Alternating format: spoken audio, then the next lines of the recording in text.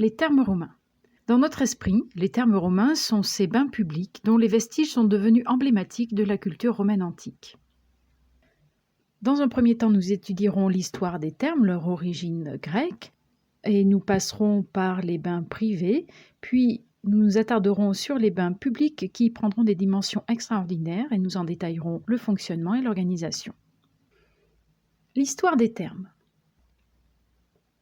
Le mot therme, T-H-E-R-M-E-S, vient du grec thermos, qui signifie chaleur. En effet, à l'origine, les thermes étaient grecs, appartenaient à la culture grecque. C'étaient des bains chauffés. Les Romains s'en inspireront, s'approprieront cette culture et amélioreront nettement le principe. Les premiers thermes étaient totalement privés, réservés aux plus riches. Mais au 1er siècle avant Jésus-Christ, sur ordre de l'empereur Auguste, qui suit les conseils de son ami Agrippa, les thermes deviendront publics. Agrippa ayant souligné la nécessité d'améliorer l'hygiène des habitants de Rome. Rome est de plus en plus foisonnante de population et il est important que chacun ait une hygiène minimale. En outre, cela coïncide avec la volonté de paix et d'embellissement de la ville de l'empereur Auguste. Les thermes privés. Ils sont l'apanage des plus riches car il faut avoir les moyens d'amener l'eau, de la chauffer, d'entretenir les bâtiments. Il faut évidemment avoir la place d'ajouter à sa domus des thermes qui, bien sûr, sont beaucoup plus petits que les thermes publics. Ils sont réservés à un usage familial, voire à quelques amis privilégiés. Les thermes publics apparaissent donc au 1er siècle avant Jésus-Christ. Ils ont 2 fonctions. La première, bien sûr, est hygiénique. Il s'agit de permettre à tout un chacun de se laver, car seuls quelques plus riches ont l'eau courante à la maison. La seconde fonction est d'ordre social, politique, voire commercial. C'est dans les termes que l'on parlemente, que l'on négocie, que l'on s'arrange, que l'on crée des alliances, dans des salles que l'on peut privatiser. Les hommes et les femmes ont accès aux thermes, mais pas en même temps, pas aux mêmes horaires. Il ne serait pas moral qu'hommes et femmes se retrouvent ensemble en ces lieux. Les plus grands thermes publics disposeront parfois de 2 espaces bien distincts qui permettront aux femmes de ne jamais croiser les hommes et inversement bien sûr.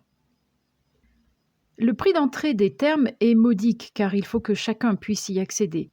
Il est peut-être même gratuit lorsque les thermes sont construits par des hommes très riches dont les ambitions politiques sont très élevées.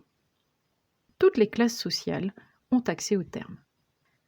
Les différentes pièces constituant des thermes. Vous avez sous les yeux le plan des thermes d'Aulana dans la Manche en France. Ce sont ce que l'on peut appeler des thermes de base. La première pièce est l'apoditérium, qui sert de vestiaire. Se trouve ensuite le frigidarium ou frigidarium, le bain froid, le tepidarium ou tepidarium, bain tiède, et le caldarium, caldarium, le bain chaud. Que fait-on dans les thermes ? Les thermes publics deviennent de véritables centres d'activité, de loisirs.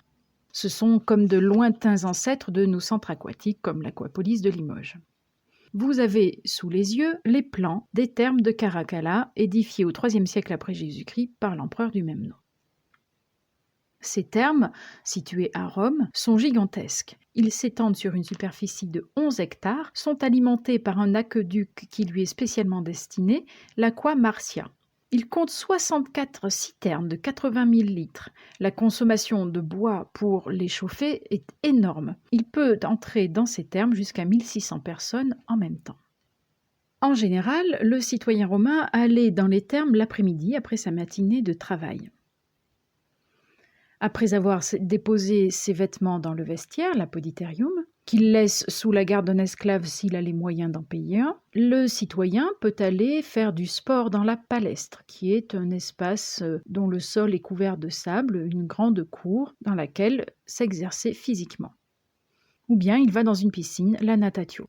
Il peut également se promener sous les péristyles ou dans les jardins aménagés autour des thermes. Ensuite, le citoyen se rend dans une salle tiède, le tepidarium, pour habituer son corps à la chaleur. Dans le tepidarium, il peut se faire masser par un unctor ou bien se faire épiler par un alipilus. Tous deux sont des esclaves. Il faut bien sûr avoir les moyens de se payer ces services. Suite à cela, le citoyen rentre dans la salle chaude, le caldarium, où la chaleur est très très forte, étouffante. Là, il transpire énormément et peut nettoyer sa transpiration grâce à un outil appelé le strigil, que nous verrons plus tard. Ensuite, il termine sa séance dans le bain froid, le frigidarium, avant de retourner dans l'apoditarium pour se rhabiller. Dans les plus grands termes, on peut terminer sa séance par une promenade dans les boutiques ou dans la bibliothèque. Il est possible de passer plusieurs heures dans les thermes. Comme il n'existait pas de savon à l'époque, on s'enduisait le corps d'huile d'olive qui était contenue dans la petite fiole métallique que vous apercevez ici, et on se faisait racler le corps, ou on se le raclait soi-même si on n'avait pas les moyens, à l'aide du strigile, cet outil recourbé qui permettait d'enlever la saleté. Un autre moyen de se nettoyer était aussi de s'enduire le corps d'huile avant d'aller faire du sport dans la palestre. Et grâce au sable qui se collait sur le corps et sur l'huile, on pouvait faire un nettoyage assez fort de la peau en raclant avec le strigile. Sur cette mosaïque, retrouvée dans les thermes de Sabrata en Libye, on peut lire « Salwam lawissé ». Il est sain de se laver. C'était un petit slogan qui incitait les clients à se laver régulièrement. On peut apercevoir sur cette mosaïque le fameux strigile, mais aussi des petites sandales qu'il fallait porter à l'intérieur des thermes et qui semblent bien être les ancêtres de nos claquettes ou tongs. Vous savez maintenant que le mot therme vient du grec thermos qui signifie chaleur. Mais comment était chauffée l'eau des thermes ? Il existait un système appelé hypocauste qui est en fait l'ancêtre de notre chauffage au sol. Dans le sous-sol des thermes se trouvait le praefurnium, le foyer, qui était entretenu continuellement par des esclaves. Les conditions de travail y étaient très difficiles puisqu'ils étaient courbés et dans une chaleur étouffante. L'air chaud ainsi créé se répandait dans le sous-sol entre des pilettes de briques qui maintenaient le sol des thermes surélevé. Les briques ont par ailleurs la particularité d'emmagasiner la chaleur et de la restituer. L'air chaud montait ensuite le long des murs dans des canaux appelés toubouli et permettait de chauffer l'ensemble de la pièce jusqu'au plafond. La tradition des thermes est devenue emblématique de la culture romaine et s'est répandue dans tout l'Empire. Ainsi, près de nous, en Charente, à Chassenon, se trouvent les vestiges des thermes de Cassinomagus. Encore plus proche, à Augustoritum, Limoicum, c'est-à-dire l'ancêtre de Limoges, on trouvait des thermes importants, représentés ici par Jean-Claude Golvin, illustrateur. Je vous conseille, si vous le souhaitez, d'aller sur le site de Jean-Claude Golvin, qui a réalisé énormément d'illustrations de l'époque gallo-romaine en Limousin, mais aussi dans la France entière.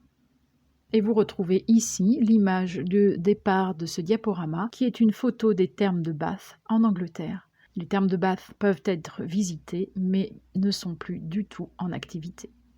Maëlle et moi vous remercions de votre attention.